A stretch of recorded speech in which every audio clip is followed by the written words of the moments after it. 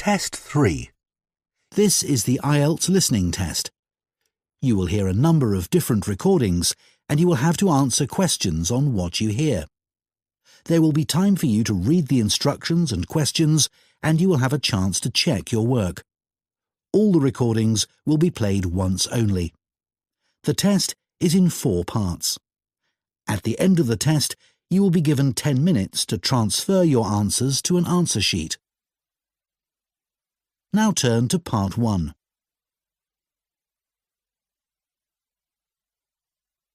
Part 1.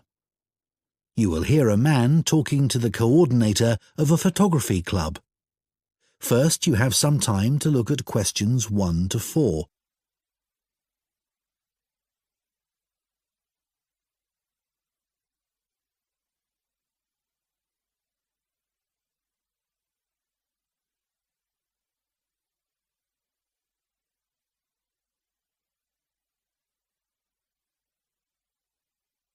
Now listen carefully and answer questions 1 to 4.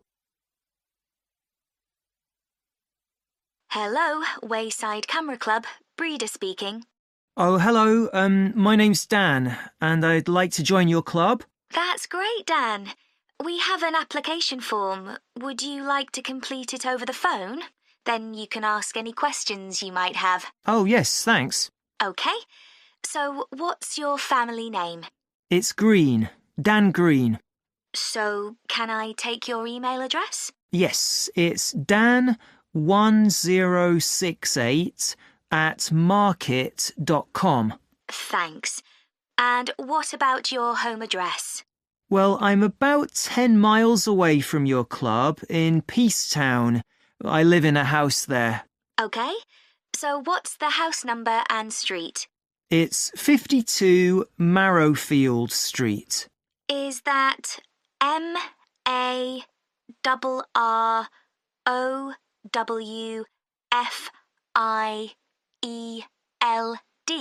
That's right. And that's Peacetown, you said? Uh-huh. So, how did you hear about our club? Did you look on the internet? I usually do that, but this time, well, I was talking to a relative the other day and he suggested it. Oh, is he a member too? He belongs to another club, but he'd heard good things about yours. OK.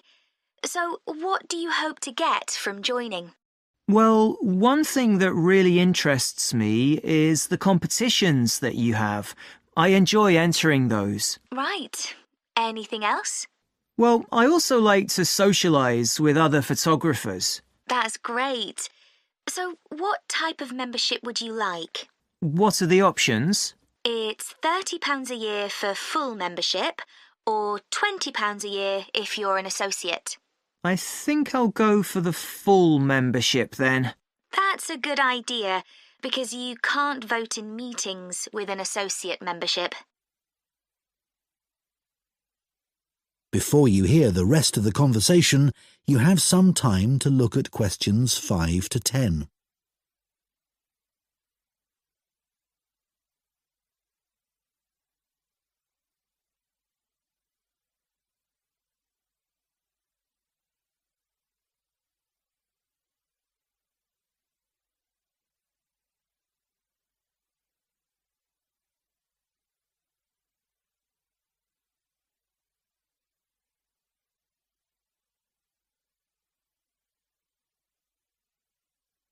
Now listen and answer questions 5 to 10. If I could just find out a bit more about you. OK. So, you said you wanted to compete. Have you ever won any photography competitions? Not yet, but I have entered 3 in the past. Oh, that's interesting. So, why don't you tell me something about those? Let's start with the first one. Well, the theme was entitled Domestic Life. I see. So it had to be something related to the home? Yeah. I chose to take a photo of a family sitting round the dinner table having a meal. And, I didn't win, but I did get some feedback. Oh, what did the judges say? that it was too busy as a picture. Aha. So it was the composition of the picture that they criticised? That's right. And once they'd told me that, I could see my mistake. So what was the theme of the second competition?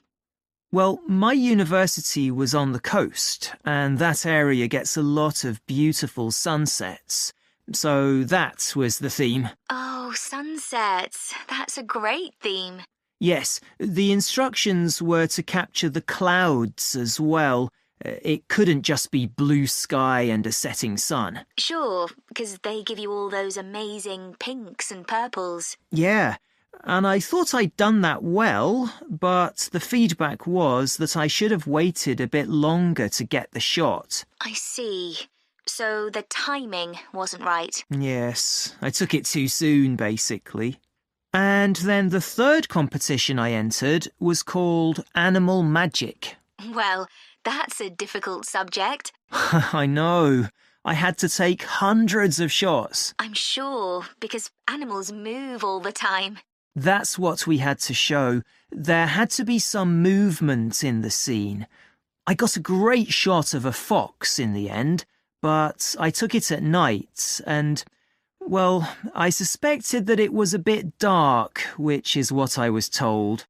Well, Dan, you seem to be really keen, and we'd be delighted to have you in our club. I'm sure we can help with all those areas that you've outlined. Thanks, that's great.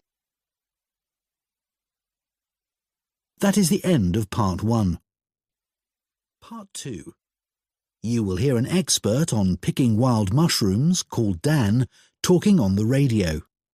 First, you have some time to look at questions 11 to 14.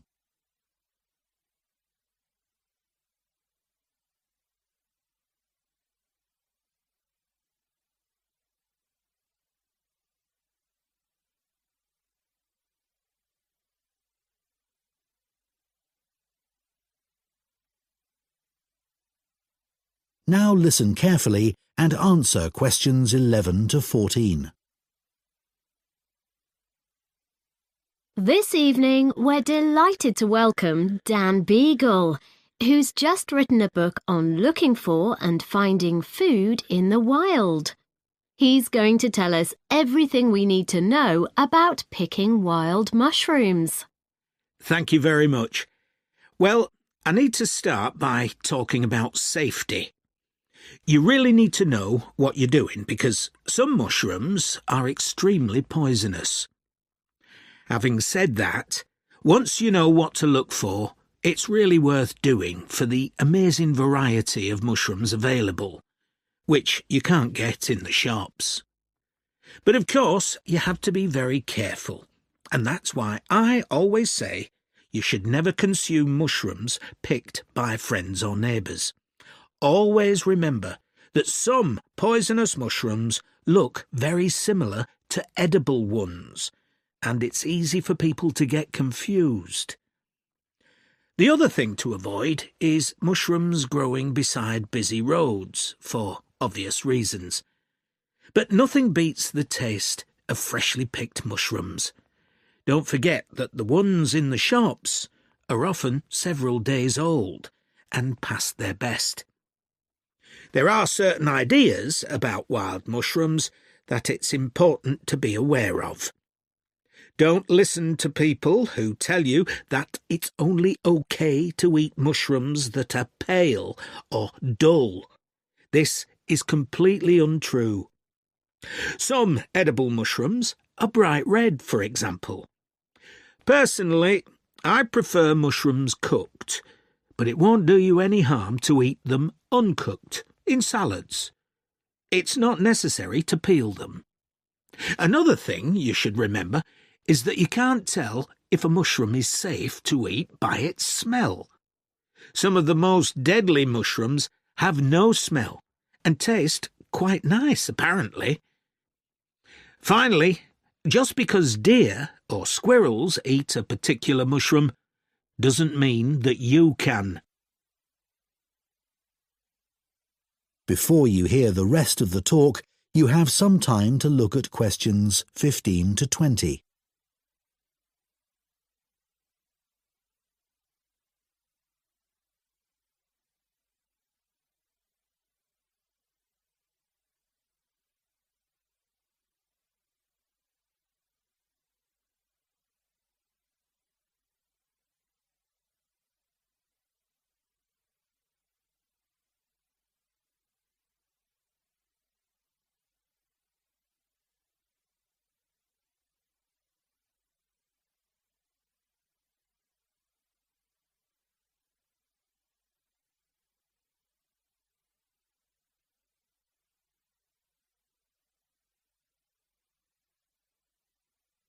Now listen and answer questions 15 to 20. Of course, mushroom picking is associated with the countryside, but if you haven't got a car, your local park can be a great place to start. There are usually a range of habitats where mushrooms grow, such as playing fields and wooded areas. But you need to be there first thing in the morning, as there's likely to be a lot of competition. Not just from people, but wildlife too. The deer often get the best mushrooms in my local park. If you're a complete beginner, I wouldn't recommend going alone or relying on photos in a book, even the one I've written. There are some really good phone apps for identifying mushrooms, but you can't always rely on getting a good signal in the middle of a wood. If possible, you should go with a group led by an expert. You'll stay safe and learn a lot that way. Conservation is a really important consideration, and you must follow a few basic rules. You should never pick all the mushrooms in one area. Collect only enough for your own needs. Be very careful that you don't trample on young mushrooms or other plants. And make sure you don't pick any mushrooms that are endangered and protected by law. There's been a decline in some varieties of wild mushrooms in this part of the country. Restaurants are becoming more interested in locally sourced food like wild mushrooms, but the biggest problem is that so many new houses have been built in this area in the last 10 years. And more water is being taken from rivers and reservoirs because of this, and mushroom habitats have been destroyed. Anyway, a word of advice on storing mushrooms. Collect them in a brown paper bag, and as soon as you get home, put them in the fridge. They'll be fine for a couple of days, but it's best to cook them as soon as possible.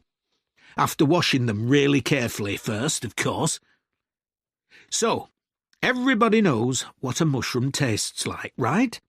Well, you'll be surprised by the huge variety of wild mushrooms there are. Be adventurous. They're great in so many dishes. Stir-fries, risottos, pasta. But just be aware that some people can react badly to certain varieties, so it's a good idea not to eat huge quantities to begin with. OK, so now I'm going to show you a few examples of poisonous mushrooms. That is the end of Part 2. Part 3.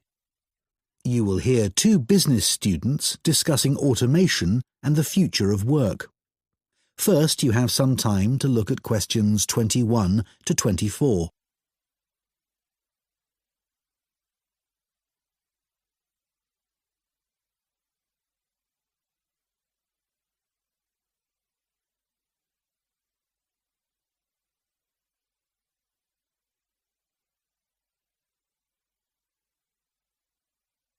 Now listen carefully and answer questions 21 to 24. That seminar yesterday on automation and the future of work was really good, wasn't it? Looking at the first industrial revolution in Britain in the 19th century and seeing how people reacted to massive change was a real eye-opener. Yes. It was interesting to hear how people felt about automation then and what challenges they faced. I didn't know that first started with workers in the textile industry. With those protesting workers called the Luddites, destroying their knitting machines because they were so worried about losing their jobs. Yes, and ultimately they didn't achieve anything. And anyway, industrialisation created more jobs than it destroyed. Yes, that's true. But it probably didn't seem a positive thing at the time. I can see why the Luddites felt so threatened. I know. I'm sure I would have felt the same. The discussion about the future of work was really optimistic for a change. I like the idea that work won't involve doing boring, repetitive tasks, as robots will do all that. Normally, you only hear negative stuff about the future. Bit too optimistic, don't you think? For example, I can't see how people are about to have more leisure time when all the evidence shows people are spending longer than ever at work. No, that's true. And what about lower unemployment? I'm not so sure about that. Perhaps in the long term, but not in the foreseeable future. And I expect most people will be expected to work until they're much older, as everyone's living much longer. That's already happening. Before you hear the rest of the discussion, you have some time to look at questions 25 to 30.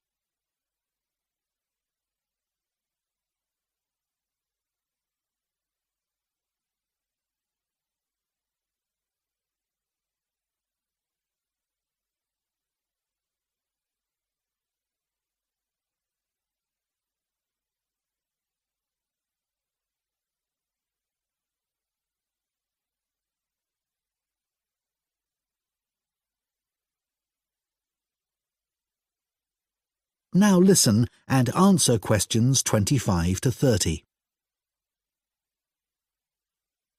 I enjoyed all that stuff on how technology has changed some jobs and how they're likely to change in the near future. Yeah, incredible. Like accountants. You might think all the technological innovations would have put them out of a job, but in fact there are more of them than ever. They're still really in demand and have become far more efficient. Right, that was amazing. 20 times more accountants in this country compared to the 19th century. I know. I'd never have thought the demand for hairdressing would have gone up so much in the last 100 years. One hairdresser for every 287 people now, compared to one for over 1,500. Yeah, because people's earning power has gone up so they can afford to spend more on personal services like that. But technology hasn't changed the actual job that much. No, they've got hairdryers, etc. But it's one job where you don't depend on a computer. The kind of work that administrative staff do has changed enormously, thanks to technology. Even 20 years ago, there were secretaries doing dictation and typing. Yes, really boring compared to these days, when they're given much more responsibility and higher status.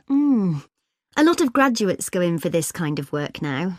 I'd expected there to be a much bigger change in the number of agricultural workers in the 19th century, but the 1871 census showed that roughly 25% of the population worked on the land. Yeah, I'd have assumed it would be more than 50%. Now it's less than 0.2%. What about care workers? They barely existed in the 19th century, as people's lifespan was so much shorter. But now, of course, this sector will see huge growth. Yeah, and it's hard enough to meet current demand. The future looks quite bleak for bank clerks. They've been in decline since ATMs were introduced in the 80s. And technology will certainly make most of the jobs they do now redundant, I think. I agree.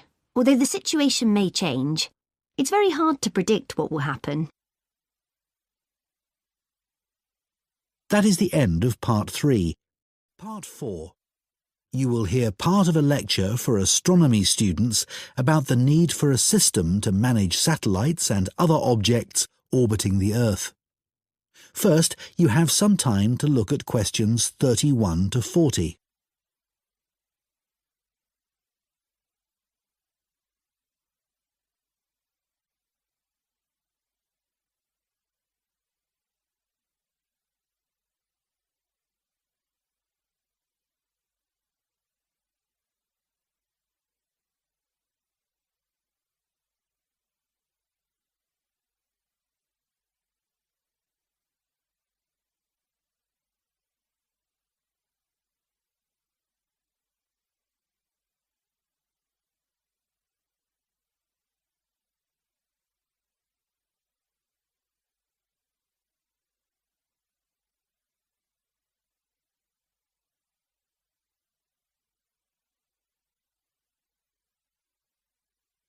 Now listen carefully and answer questions 31 to 40. In today's astronomy lecture, I'm going to talk about the need for a system to manage the movement of satellites and other objects in orbit around the Earth. In other words, a space traffic management system. We already have effective air traffic control systems that are used internationally to ensure that planes navigate our skies safely. Well, space traffic management is a similar concept, but focusing on the control of satellites.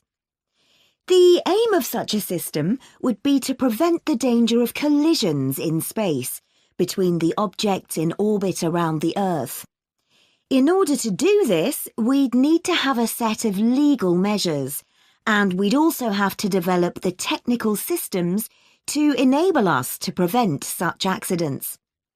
But unfortunately, at present, we don't actually have a space traffic management system that works. So why not? What are the problems in developing such a system? Well, for one thing, satellites are relatively cheap these days compared with how they were in the past, meaning that more people can afford to put them into space. So there's a lot more of them out there, and people aren't just launching single satellites, but whole constellations consisting of thousands of them designed to work together. So space is getting more crowded every day. But in spite of this, one thing you may be surprised to learn is that you can launch a satellite into space, and once it's out there, it doesn't have to send back any information to Earth to allow its identification. So while we have international systems for ensuring we know where the planes in our skies are, and to prevent them from colliding with one another, when it comes to the safety of satellites, at present, we don't have anything like enough proper ways of tracking them. And it isn't just entire satellites that we need to consider. A greater threat is the huge amount of space debris in orbit around the Earth, broken bits of satellite and junk from space stations and so on. And some of these are so small that they can be very hard to identify, but they can still be very dangerous. In addition, some operators may be unwilling to share information about the satellites they've launched. For example, a satellite may be designed for military purposes, or it may have been launched for commercial reasons, and the operators don't want competitors to have information about it. And even if the operators are willing to provide it, the information isn't easy to collect. Details are needed about the object itself, as well as about its location at a particular time. And remember that a satellite isn't very big, and it's likely to be moving at thousands of kilometers an hour. We don't have any sensors that can constantly follow something moving so fast, so all that the scientists can do is to put forward a prediction concerning where the satellite is heading next.